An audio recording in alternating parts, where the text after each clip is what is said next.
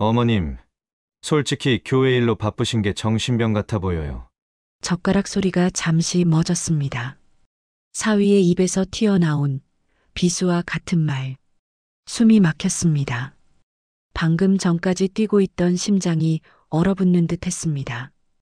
그 말이 귓가에 박혀 메아리치는 순간 지난 5년 동안 제 삶을 바쳐 이들을 돌봐왔던 모든 순간들이 주마등처럼 스쳐 지나갔습니다.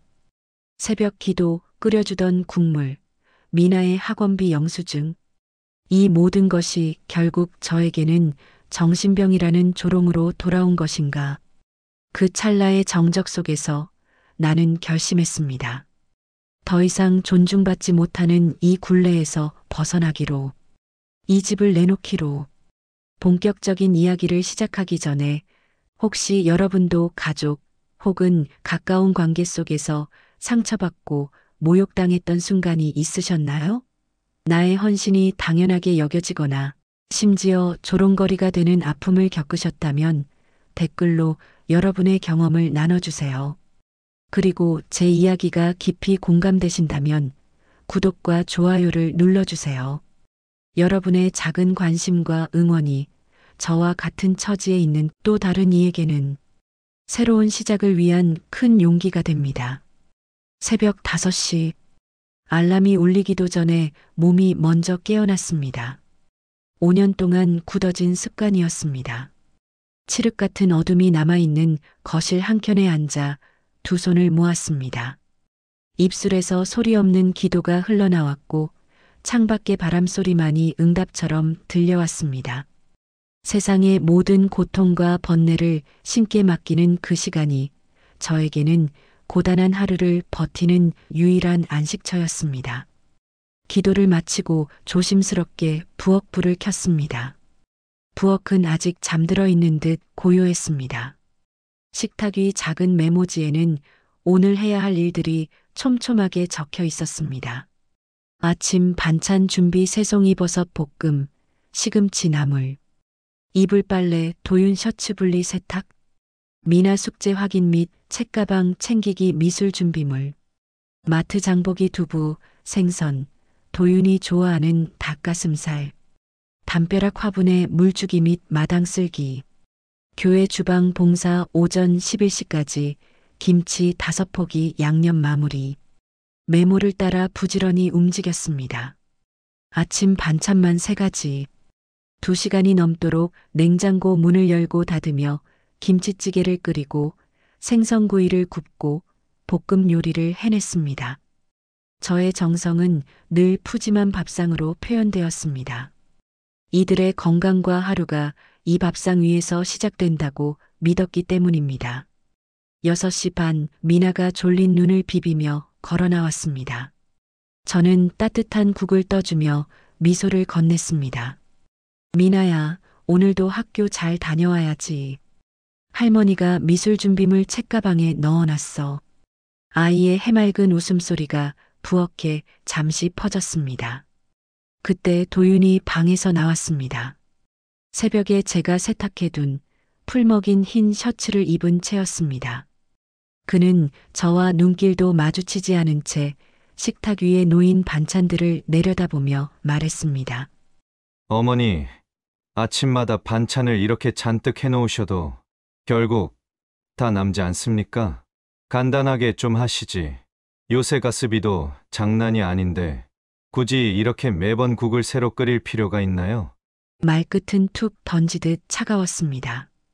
고생했다는 말 한마디 없이 그의 입에서는 아침부터 잔소리와 지적이 먼저 튀어나왔습니다. 마치 제가 가정부의 의무를 제대로 수행하지 못하고 있다는 핀잔처럼 들렸습니다. 그 옆에서 딸 소라는 잠시 멈칫하더니 남편 도윤의 눈치를 살피며 고개를 떨구었습니다. 남편의 말이 지나치다는 것을 알면서도 굳이 이 아침에 나서서 갈등을 만들지 않으려는 듯 했습니다. 딸의 그 애매한 침묵과 방관이 저에게는 사위의 차가운 말보다 더 깊은 서운함을 안겨주었습니다. 그 짧은 순간에도 이 집에서의 제 위치가 고스란히 드러났습니다. 저는 식탁을 풍요롭게 만드는 사람이었지만 존중받는 가족의 일원은 아니었습니다. 5년 전 미나가 태어나고 딸인 소라의 요청으로 아이들이 이 집, 제 명의의 이 아파트에 들어와 함께 살게 되었을 때 사위 도윤은 저를 존중해 주었습니다. 그때만 해도 그는 어머님, 덕분에 저희가 숨통이 트입니다. 어머님, 은혜 잊지 않겠습니다. 라며 감사 인사도 잦았고 소소한 살림살이에도 고마움을 표현하곤 했습니다. 그러나 시간이 지나면서 태도는 달라졌습니다. 제가 매달 받는 연금으로 생활비를 보탰고 미나의 학원비와 교육비까지 제가 도맡자 어느 순간부터 도윤은 그것을 도움이 아니라 당연한 몫처럼 여기기 시작했습니다. 어머니, 셔츠는 따로 빨래해 주셔야죠. 흰색 셔츠가 색이 변했잖아요. 그것도 제가 매번 말씀드려야 합니까? 어머니, 냉장고 정리를 좀 하셔야겠어요. 채소가 다 시들었는데 살림 좀 아껴 쓰셔야죠. 말투는 무심했고 눈길에는 고마움 대신 익숙함과 불만만 남아 있었습니다. 점차 그의 말은 요구와 타박으로만 채워졌고 저의 수고는 더 이상 귀하게 여겨지지 않았습니다.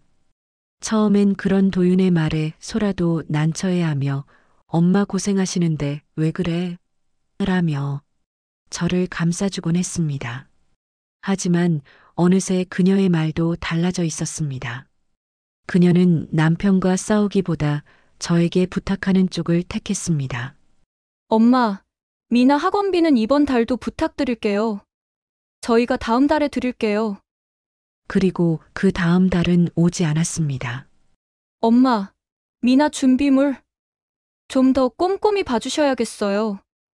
빠뜨린 게 잦다고 학교에서 연락이 왔어요. 저는 이 집의 경제적 기둥이자 무보수의 가사 도우미였으며 손녀의 보모였습니다. 하지만 정작 제 삶의 주인은 아니었습니다.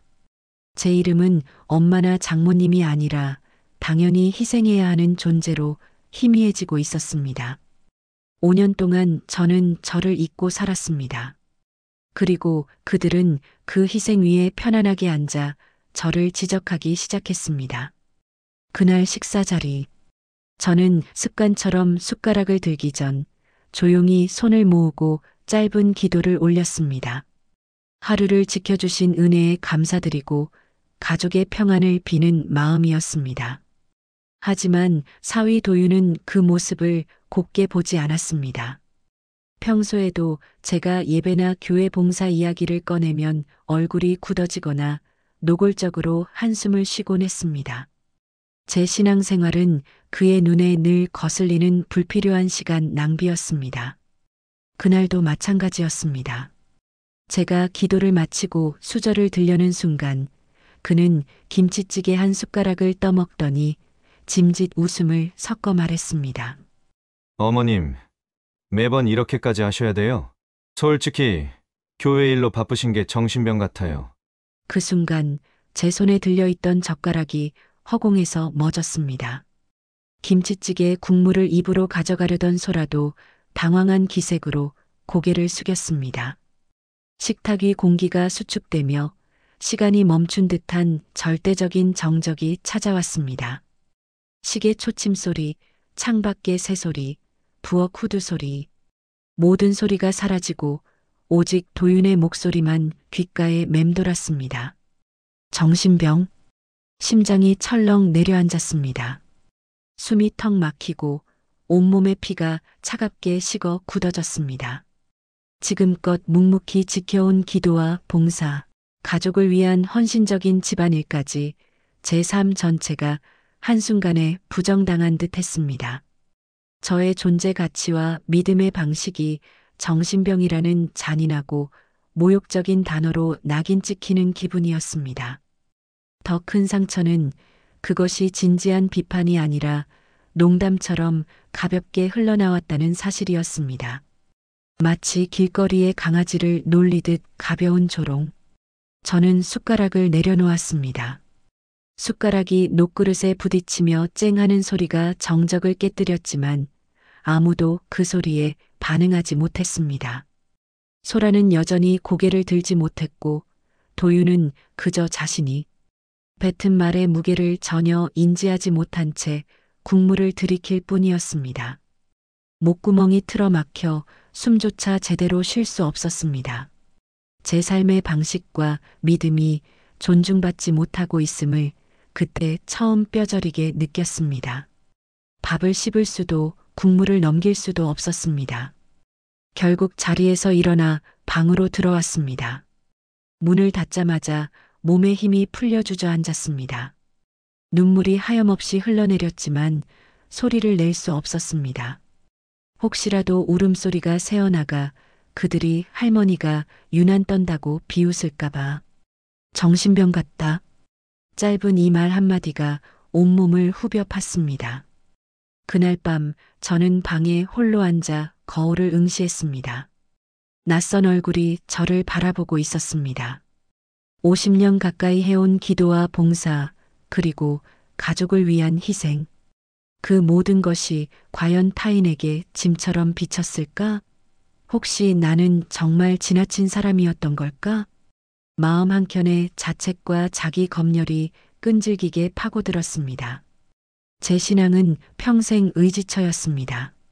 새벽마다 무릎 꿇고 앉아 가족의 건강과 행복을 빌었고 교회 주방에서 남을 섬기는 봉사는 제 삶의 정체성이었습니다. 그런데 도윤의 말은 그 모든 것을 부정했습니다. 마치 너의 삶의 방식 자체가 잘못되었다고 손가락질하는 것 같았습니다. 숨막히는 고통이었습니다. 스스로에게 수십 번 되물었습니다. 내가 봉사에 집착한 나머지 가족을 소홀히 한 적은 없나?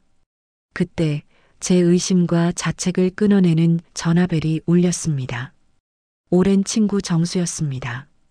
제가 겪은 일을 차분히 들은 그는 잠시 침묵하더니 명쾌하게 제 심장을 꿰뚫는 말을 던졌습니다. 혜연아, 내가 잘못한 게 아니야. 문제는 오히려 도윤이야. 내가 너 자신을 비난할 이유가 단 하나도 없어. 무슨 뜻이야? 내가 너무 강박적으로 신앙생활을 한 건 아닐까? 저는 불안하게 되물었습니다. 정수는 단호했습니다. 아니, 넌 지난 몇 년을 자식들을 위해 살았어. 내 연금으로 생활비를 보탰고, 미나 학원비까지 내가 책임졌지. 내 덕분에 소라는 직장 생활에 집중할 수 있었고, 도윤은 경제적인 부담을 덜었어. 너는 이 집의 경제적 기둥이자 무료가사 노동자였던 거야. 그의 목소리는 단호했고 단단했습니다. 그런데 도윤은 어때? 너의 경제적 기여는 당연하게 취했고, 너의 신앙생활은 자신의 무례함을 정당화하는 핑계로 삼고 있잖아. 고마워하기는커녕 너의 희생을 깎아내려 내가 자신들보다 못한 사람이라고 규정하고 싶은 거야. 그래야 죄책감 없이 내 도움을 계속 받을 수 있을 테니까. 잘못된 건 내가 아니라 그 희생을 당연하게 여기는 그들의 뻔뻔함이야. 그 말을 듣는 순간 제 머릿속을 짓누르던 안개가 걷히는 듯 했습니다. 흔들리던 제 마음이 다시 단단하게 붙잡혔습니다. 저는 희생하는 어머니라는 이름 뒤에 가려져 저의 재정적 능력과 정신적 존엄성을 스스로 잊고 살았습니다. 친구의 명쾌한 진단은 저를 일깨웠습니다. 누군가가 나의 삶의 방식과 존재를 함부로 모욕해서는 안 된다는 것을 그제야 분명히 보였습니다. 이제 더 이상 죄책감에 시달리지 않으리라. 그들의 무례함에 대응할 논리적인 근거와 단단한 용기가 필요했습니다. 저는 침대에서 일어나 조용히 방 한쪽에 놓인 남편의 사진을 바라봤습니다. 당신, 내가 이제 나를 지킬게. 며칠 후 저는 침묵으로 일관하며 평소와 다름없이 집안일을 해냈습니다. 하지만 제 안에서는 이미 선이 그어졌습니다. 더 이상 모욕을 참지 않겠다는 선. 설거지를 마치고 거실로 나왔을 때 도윤은 습관처럼 소파에 누워 태블릿을 보고 있었습니다. 그는 태블릿에서 시선을 떼지 않은 채 불만을 내비쳤습니다. 어머니, 이번 달 가스비가 왜 이렇게 많이 나왔죠? 지난달보다 15%나 더 나왔어요. 살림 좀 아껴주셔야죠. 제가 매번 지출 내역을 확인해야 합니까? 그의 무심하고 오만한 말투는 저의 인내심을 단숨에 무너뜨렸습니다. 피가 거꾸로 솟는 듯했고 손끝이 파르르 떨렸습니다. 지난 며칠 동안 쌓아 올린 분노와 각성이 마침내 폭발할 순간을 맞았습니다. 저도 모르게 단호한 목소리가 튀어나왔습니다. 이제 그만해. 저는 그 자리에서 등을 곳곳이 세우고 소파에 누워있던 도윤을 똑바로 바라보았습니다. 뜻밖의 강렬한 제 반응에 도윤은 하던 동작을 멈추고 저를 굳은 얼굴로 바라봤습니다. 옆에서 책을 보던 소라 역시 깜짝 놀라 고개를 들었습니다. 잠시 숨을 고른 뒤 저는 목소리를 낮췄지만 단단하고 흔들림 없이 말을 이었습니다. 도윤아, 5년 전 미나가 태어나고 너희가 도움을 요청하며 이 집에 들어왔다. 그때부터 내 시간의 대부분은 너희 가족을 위해 쓰였다.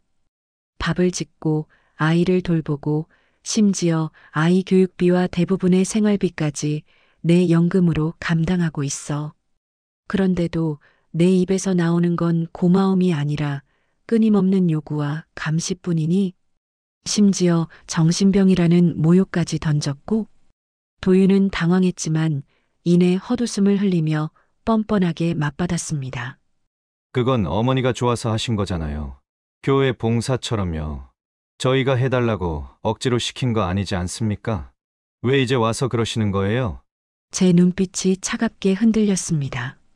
좋아서 한 일이라는 비열한 논리는 저의 희생을 완전히 무효화시키려는 가장 간악한 수법이었습니다. 왜 이제 와서 그러냐고? 그래, 내가 너희를 위해 희생한 건 너희를 사랑했기 때문에. 내가 선택한 거였지. 너희에게 진 의무가 아니었다. 그렇기에 너희는 마땅히 내 희생에 진심으로 감사했어야 한다. 그리고 결정적으로 말하지만 이 아파트는 내 집이다. 거실은 순간 얼어붙었습니다. 소라는 충격받은 듯 시선을 떨구었고 도윤은 얼굴이 새빨갛게 달아오른 채 입술을 달싹였지만 더는 말을 잇지 못했습니다. 그는 이 집이 자신의 집이 아니라는 가장 기본적인 사실을 망각하고 있었습니다. 저는 그의 눈을 피하지 않았습니다. 숨죽인 정적 속에서 저는 처음으로 침묵을 깨고 제 삶의 존엄성을 선언했습니다. 내가 지금까지 살아온 길, 기도와 봉사는 내 삶의 일부다. 그것 또한 내가 선택한 삶이지, 내가 함부로 평가할 일이 아니다. 내가 멸시하는 그 신앙이 있었기에 지난 5년 동안 고마움을 모르는 너희를 위해 희생한 내가 버틸 수 있었던 거다. 나의 헌신은 너희의 무례함을 위한 면죄부가 될 수 없다. 이것은 단순히 분노의 표출이 아니었습니다. 제 존엄을 되찾는 시작이었으며 이 집에 대한 소유권과 제 인생에 대한 주도권을 되찾는 첫 반격이었습니다. 도윤은 결국 자리에서 일어나 문을 쾅 닫고 나갔고 소라는 급하게 그의 뒤를 쫓아갔습니다. 저는 더 이상 그들을 안쓰럽게 바라보지 않았습니다. 그날 오후 저는 심장이 두근거리는 것을 억누르며 미나를 데리러 나가기 위해 가방을 챙기고 있었습니다. 거실 테이블 위 도윤이 급하게 놓고 나간 듯한 휴대폰이 덩그러니 놓여 있었습니다. 잠시 후 짧고 경쾌한 알림음이 울렸습니다. 저는 무심코 눈길이 갔을 뿐인데 화면에 떠오른 메시지가 제 시선을 완전히 붙잡았습니다. 마치 자석에 끌린 듯 저의 손은 떨리는 채로 휴대폰을 집어들었습니다. 화면 속 메신저 앱에는 도윤의 친구들과의 단체 채팅방이 열려 있었습니다. 가장 최근에 올라온 메시지, 도윤이 보낸 바로 그 메시지가 눈에 박혔습니다. 우리 장모, 사이비에 빠진 정신병자야. 곧 요양원에 보내야 돼. 심장이 쿵 내려앉았습니다. 온몸에 피가 역류하는 것 같았고 손끝이 얼어붙은 듯 떨렸습니다. 눈앞이 아찔해지며 글자가 현실인지 아닌지 분간이 되지 않았습니다. 저는 부정했습니다. 아닐 거야. 내가 잘못 본 걸 거야. 하지만 화면을 스크롤하자 더 끔찍한 조롱과 비아냥이 이어졌습니다. 친구들의 답글은 도윤의 잔인함에 기름을 붓는 듯 했습니다. 요양원 가면 내 삶도 좀 편해지겠네. 너 맨날 어머님 잔소리 때문에 힘들다고 했잖아. 어머니가 아니라 거의 부담 덩어리네.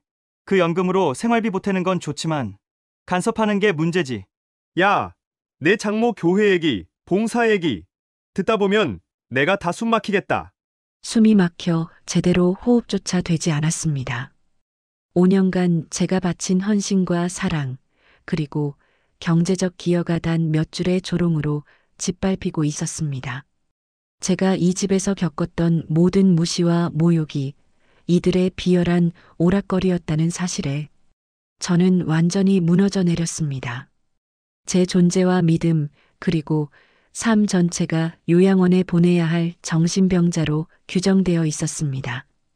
그때 현관문이 열리고 소라와 도윤이 집에 들어왔습니다. 제 창백한 얼굴과 떨리는 손을 본 소라가 불안한 듯 다가와 엄마, 무슨 일 있어요? 라고 물었습니다. 저는 아무 말 없이 휴대폰 화면을 그들에게 들이밀었습니다.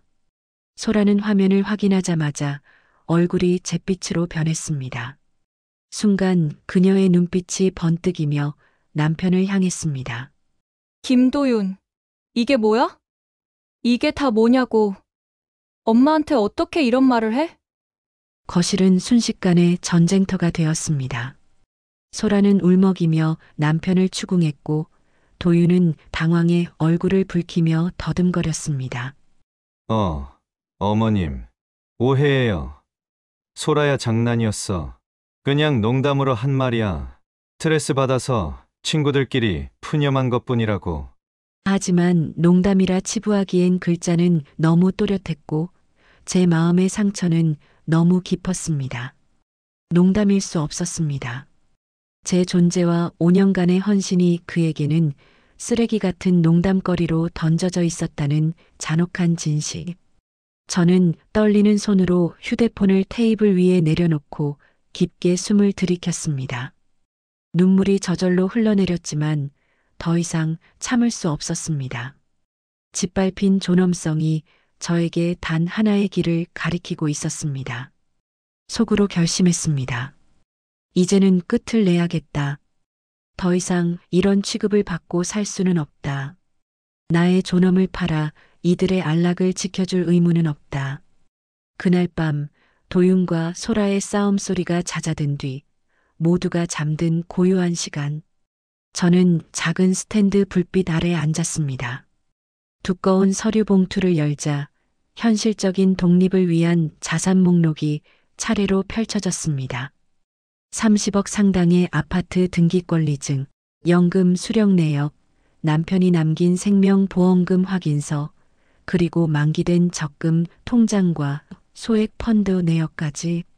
남편과 함께 평생 일궈온 자산은 이제 오롯이 제 손에 있었습니다. 그동안 당연하게 자식들의 생활비와 교육비로 흘러들어갔던 돈의 흐름을 막는다면 저는 이 집을 떠나도 풍족하게 생활할 수 있는 사람이었습니다. 재정적 안정감은 저에게 용기를 주었습니다. 물론 쉽지 않은 결정이었습니다. 남편과 함께 웃고 울며 지켜온 이 아파트, 베란다 한쪽에 남편이 심어둔 낡은 화분, 모든 것이 추억으로 남아 있었습니다. 하지만 존엄을 지키려면 추억에 갇힐 수 없었습니다. 다음 날 아침 저는 동네 부동산을 찾아갔습니다. 중개인에게 봉투 속에 아파트 등기권리증과 제 신분증을 꺼내 보이며 차분히 말했습니다. 제 명의 아파트입니다. 매매 일정을 잡고 싶습니다. 최대한 빨리 진행해 주세요. 중개인은 자료를 확인한 뒤 컴퓨터에 입력하며 놀란 표정으로 고개를 끄덕였습니다. 어머님, 위치가 좋아서 매수 희망자가 많을 거예요. 급매로 진행하면 이번 주 목요일 오전 11시에 잔금일을 잡는 것도 무리 없을 겁니다. 저는 단호하게 고개를 끄덕였습니다. 이틀 후 약속된 시간에 매수자와 계약을 진행했습니다. 매수인은 즉시 이사할 수 있기를 원했고 저는 이 집을 즉시 비워줄 것을 조건으로 걸었습니다. 계약서에 도장을 꾹 눌러 찍는 순간 가슴 깊은 곳에서 단단한 힘이 차올랐습니다. 더 이상 모욕받지 않을 자유가 현실이 되었음을 실감했습니다. 그날 저녁 계약을 마무리하고 집에 돌아온 저는 마지막으로 제 결심을 굳건히 할 도윤의 목소리를 들었습니다. 거실에서 소라와 도윤이 낮게 말다툼하고 있었습니다. 솔직히 이제 다 밝혀져서 오히려 속 시원해. 난 어머니가 교회 얘기 꺼낼 때마다 불편했어. 그냥 집안일만 조용히 하셨으면 좋겠다고. 소라가 낮게 그래도 엄마는 우리 도와주셨잖아. 라고 반박했지만 도윤은 콧웃음을 흘리며 말을 이어갔습니다. 도와준 게 뭐가 그렇게 대단해? 아니, 솔직히 어머니 연금으로 다 해결했는데. 그는 여전히 저를 집안의 한 사람으로 존중하지 않았습니다. 고마움은커녕 무시와 멸시가 당연한 듯 흘러나왔습니다. 저는 아무 말 없이 방으로 들어와 계획대로 떠날 준비를 하였습니다. 이삿짐 센터 예약 목요일 오후 2시. 주소 변경 및 은행 계좌 이체 준비 완료. 가져갈 짐 버릴 짐 목록 작성 단 하나도 남겨두지 않을 것. 식탁 위 메모지는 평소엔 가족의 식사를 챙기는 도구였지만 이제는 제 새로운 삶을 향한 냉철한 로드맵이 되었습니다. 저녁 식사 후 저는 가족들을 다시 거실로 불러 모았습니다. 두툼한 계약 서류 봉투를 테이블 위에 올리자 도윤의 표정이 곧바로 굳어졌습니다. 그는 불안감을 느낀 듯 했습니다. 저는 차분했지만 단호한 목소리로 말했습니다. 이미 이 아파트는 팔았다. 계약서에 도장도 찍었다. 이번 주 금요일 오전 10시까지 너희는 이 집을 비워야 한다. 갑작스럽고 충격적인 통보에 순간 정적이 흘렀습니다. 소라는 눈이 커진 채 충격의 말을 잃었고 도윤이 자리에서 벌떡 일어나 제게 손가락질을 하며 소리쳤습니다. 어머니, 뭐라고요? 집을 내놓았다고요? 저희랑 상의도 없이. 어떻게 이러실 수 있어요? 저는 차분히 계약서를 꺼내 보이며 단호히 말했습니다. 이 아파트는 내 남편과 내가 평생 일궈온 집이다. 남편이 떠난 뒤 내 이름으로 소유권을 정리했고 법적으로도 재정적으로도 이 집의 주인은 나야. 너희는 그저 내 집에 들어와 살았을 뿐이다. 그래서 말한다. 금요일 오전 10시까지 이 집을 비워라. 매수자가 즉시 입주를 원했다. 도윤은 잠시 입술을 달싹이더니 억지 웃음을 지으며 마지막 카드를 꺼냈습니다. 어머니, 그렇게까지 하셔야 합니까? 미나는요? 애가 학교 다니고 있는데 갑자기 집을 옮기면 얼마나 힘들겠습니까? 손녀 생각은 안 하세요? 저희가 잘못했으니 이제부터 잘할게요. 그 말의 순간 가슴이 저릿했지만 저는 흔들리지 않으려 이를 악물었습니다. 아이를 방패 삼아 제 결정을 꺾으려는 도윤의 비열한 속내가 뻔히 보였기 때문입니다. 미나의 안정은 부모인 너희가 책임져야 할 몫이다. 너희는 아이를 위해 헌신한 나를 정신병자라 비난했고 뒤에서는 요양원에 보내려 했다. 너희는 내 존엄을 짓밟았다. 거실은 숨막히게 고요해졌습니다. 소라의 눈에는 눈물이 맺혔고 저는 봉투를 정리하며 마지막 말을 남겼습니다. 내 존엄을 짓밟은 자리에서 더는 살지 않는다. 이것이 내가 떠나는 근거다. 서울을 떠난 지 어느덧 넉 달이 흘렀습니다. 제가 새롭게 자리 잡은 곳은 제 고향 바다가 보이는 조용한 소도시였습니다. 오래된 골목과 정겨운 시장이 있는 곳, 혼자 살아가기에 알맞은 아파트가 제 새로운 보금자리가 되었습니다. 창문을 열면 은은한 바닷바람이 스며들었고 가까운 공원에는 산책하기 좋은 꽃들이 한창 피어 있었습니다. 무엇보다 달라진 건 돈이었습니다. 그동안 당연하게 자식들의 생활비와 집안일에 흘러들어가던 제 연금, 남편이 남긴 보험금, 그리고 적금까지 이제는 온전히 제 손에 남아 있었습니다. 처음으로 제 돈을 제 마음대로 쓸 수 있다는 사실이 저를 이렇게도 여유롭고 풍족하게 만들 줄 몰랐습니다. 아침에는 좋아하는 클래식 음악을 틀고 커피를 내리며 하루를 시작합니다. 점심에는 오랜 친구들을 불러 소박한 식탁을 나누고 저녁에는 읽고 싶었지만 늘 미뤄뒀던 세계 문학 전집을 읽거나 오래된 앨범을 정리합니다. 가끔은 국내 소도시에 여행을 떠나고 동네 문화센터에서 배우고 싶었던 서예 강좌와 일본어 회화에도 참여합니다.